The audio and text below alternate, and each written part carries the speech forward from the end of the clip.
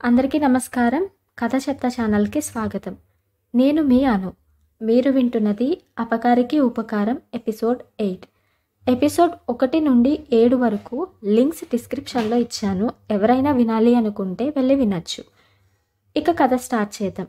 పరదేశి గ్రామస్తులను వెంటపెట్టుకొని గ్రామ పెద్దల వద్దకు బయలుదేరాడు. అంతమంది జనంతో వచ్చిన పరదేశిని చూసి జయ విజయులు భయపడ్డారు. మేమంతా ఒక్కసారి మా పెద్దల్ని చూడాలి అన్నారు గ్రామస్తులు ఏకకంఠంతో. ఎందుకు అని అడిగాడు జయుడు. ఈ పరదేశి తాను మహావిష్ణువు అంటున్నాడు. అదెంతవరకు నిజమో పెద్దలను అడిగి తెలుసుకోవాలి. పెద్దలు నిజంగా ఈయన మహావిష్ణువే అంటే మేమంతా కలిసి ఇప్పుడే మిమ్మల్ని హతమారుస్తాం అన్నారు గ్రామస్తులు.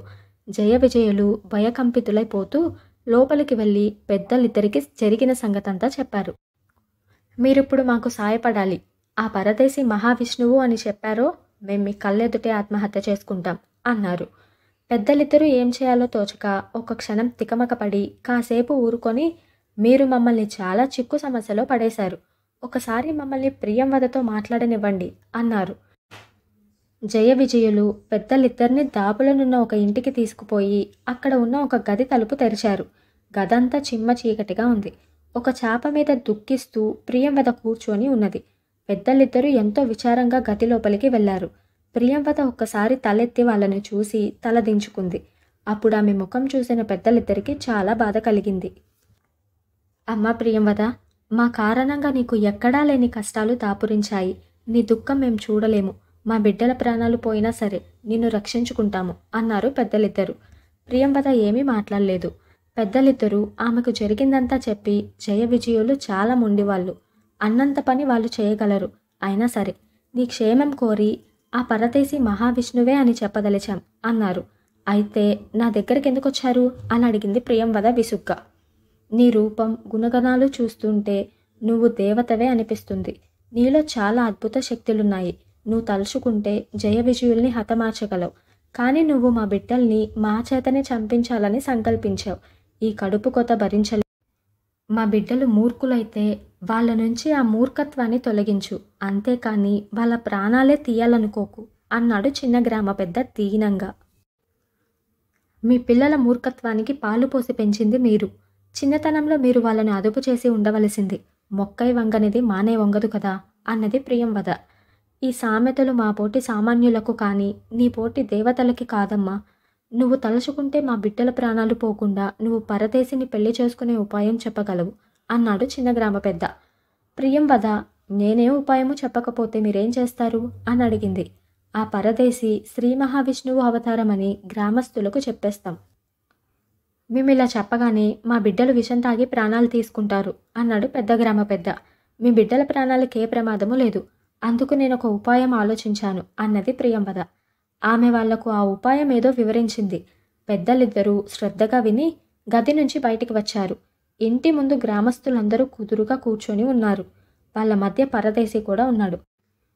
పెద్దలు తను అవతార పురుషుడు కాదంటే గ్రామస్తులు తననేం చేస్తారో అని అతడు తీవ్రంగా ఆలోచిస్తున్నాడు. జయ విజయులు జనానికి ఒక పక్కగా కూర్చొని తమ తండ్రులు ఏం చెప్పబోతున్నారో వినేందుకు ఆతృతగా ఎదురు చూస్తున్నారు. ఇద్దరి చేతుల్లోనూ విషం పొట్లాలున్నవి.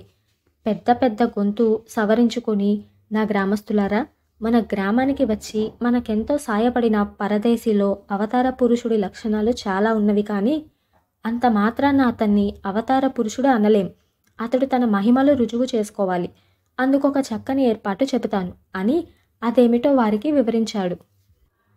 సమీపాన ఉన్న అరణ్యంలోనికి పరదేశిని ప్రియంవదను తీసుకుపోవాలి. వారిద్దరూ ఉన్న చోటికి 1000 గజాల దూరంలో గ్రామస్తులందరూ చుట్టూ కాపలాగా ఉంటారు. 100 అంకెలు లెక్కపెట్టేలోగా పరదేశి ప్రియంవదతో సహా మాయం కావాలి. అలా మాయం కాలేని పక్షంలో ప్రియంవద జయ విజయులను పెళ్లి చేసుకుంటుంది. పరదేశి గ్రామం వదిలిపోతాడు. ఈ ఏర్పాటు గ్రామస్తులందరికీ బాగా నచ్చింది. చుట్టూ 1000 గజాల దూరంలో మనుషులు కాపలా ఉండగా పరదేశి ప్రియంవద ఎలా తప్పించుకుపోగలరు? అది 100 అంకెలు లెక్కపెట్టేలోగా. ప్రియంవద మాకు భార్య కాక తప్పదు, పరదేశి గ్రామం విడిచిపోక తప్పదు అనుకొని జయ విజయులు చాలా సంతోషించారు. అయితే ప్రియంవద తను వచ్చిన చెట్టు బోధలోనే మార్గం ద్వారా తిరిగి రాజభవనం చేరుకోవాలనుకుంటుందని వాళ్లకు తెలియదు. ఆ తర్వాత పెద్దలిద్దరూ చెప్పిన విధంగా ఏర్పాట్లు జరిగాయి. పరదేశి అవతార పురుషుడని నాకు తెలుసు. మేమిద్దరము ఇక్కడ నుంచి మాయమై కొంతకాలం ఆకాశయానం చేస్తాము. అక్కడ మీ ఆతిథ్యం గుర్తు చేసుకునేందుకు వీలుగా మాకు కొన్ని ఆహార పదార్థాలు ఇవ్వండి అని ప్రియంవద గ్రామస్తులను కోరింది. గ్రామస్తులు అదేవిధంగా ప్రియంవదకు పరదేశికి కొన్ని ఆహార పదార్థాలు మూటకట్టి ఇచ్చారు. అరణ్యం మధ్యలో ప్రియంవద కోరిన చోట ఆమెను పరదేశిని వదిలారు. గ్రామస్తులు వాళ్లకు కాపలా కాసేందుకు 1000 గజాల దూరంలో నిలబడేందుకు బయలుదేరుతూ ఉండగా పరదేశి వాళ్ళతో ఇలా అన్నాడు. మీరిప్పుడు 1000 గజాల దూరం వెళ్ళి 100 అంకెలు లెక్క పెడతారు. ఆ తర్వాత మేమిద్దరం మీకు కనిపించం. అంటే నేను విష్ణు అవతారమే కదా, మళ్ళీ మీకు కనపడను కాబట్టి నా ఆదేశం చెప్తున్నాను. ప్రజాబలం ప్రభుబలం కంటే గొప్పది. ఎవరు మీకు అన్యాయం తలపెట్టినా సహించకండి. అంతా ఏకమై అన్యాయాన్ని ఎదిరించండి. జయ విజయులు మీకంటే శక్తిమంతులు కారు. వాళ్ళలో ఉన్న జయ విజయుల రాక్షసాంశను నేను తీసుకుపోతున్నాను. వాళ్ళను మీ శక్తితో లొంగతీయండి. ఇంతకాలం మిమ్మల్ని నేలిన మీ గ్రామ పెద్దలిద్దరూ అన్ని విషయాల్లోనూ మీకు సాయపడతారు. వెళ్ళండి, మీకు శుభం కలుగుతుంది. గ్రామస్తులందరూ వెళ్ళిపోయారు. పరదేశి ప్రియంవద మాయం కావాలని గ్రామ పెద్దలిద్దరూ కోరుకున్నారు. వాళ్ళు మాయం కావడం అసాధ్యమని జయ విజయులు అనుకున్నారు. గ్రామస్తులు కనుమరుగు కాగానే ప్రియంవద పరదేశిని తిన్నగా సొరంగద్వారం ఉన్న చెట్టు దగ్గరికి తీసుకుపోయింది. ఇద్దరూ కలిసి చెట్టు బోధలో ఉన్న ద్వారం తలుపు తెరిచి సొరంగంలో ప్రవేశించి తలుపుకు లోవ నుంచి గడియ బిగించారు. సో ఇవాళ ఈ కథ ఇక్కడితో స్టాప్ చేద్దాం. నెక్స్ట్ ఎపిసోడ్లో ఈ కథకి ముగింపిద్దాం. ఈ పాడ్కాస్ట్ మీకు నచ్చినట్టయితే ఛానల్ని సబ్స్క్రైబ్ చేయండి, అందరికీ షేర్ చేయండి. మన కథ చెప్తా ఛానల్లో ఇంకా మంచి మంచి కథలు అప్లోడ్ చేస్తాను. నేను చెప్పే కథలు మీ వరకు రావాలి అంటే పక్కనే ఉన్న బెల్ సింబల్ని యాక్టివేట్ చేసుకోండి. ధన్యవాదాలు.